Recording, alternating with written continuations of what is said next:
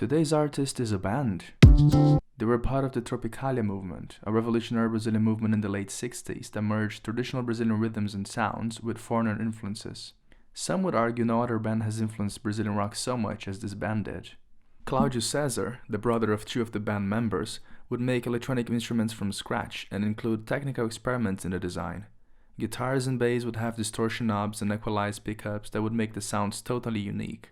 That uniqueness would also bleed into the recordings of the band. What motivated those creations was the high cost of equipment that was available in Brazil at the time, and also the fact that you simply could not find many of those effects you would hear in foreign albums back then, so the only option was to create it. A member of this band described how Claudio built a big machine to produce the wah-wah effect, then how they later discovered it was simply a small pedal that would do the same thing.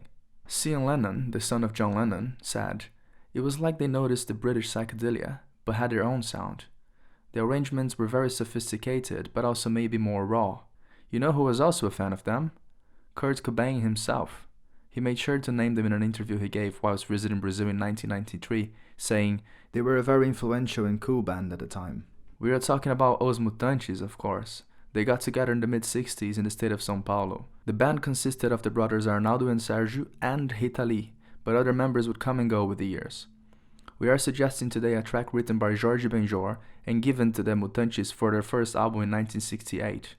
This album was heavy on experimentation. It is a prime example of Tropicalia. You can hear the Brazilian roots but also hear the influences. See if you can hear a bit of the Beatles, the Beach Boys and Jimi Hendrix on that. And also, of course, the Brazilian samba and roots.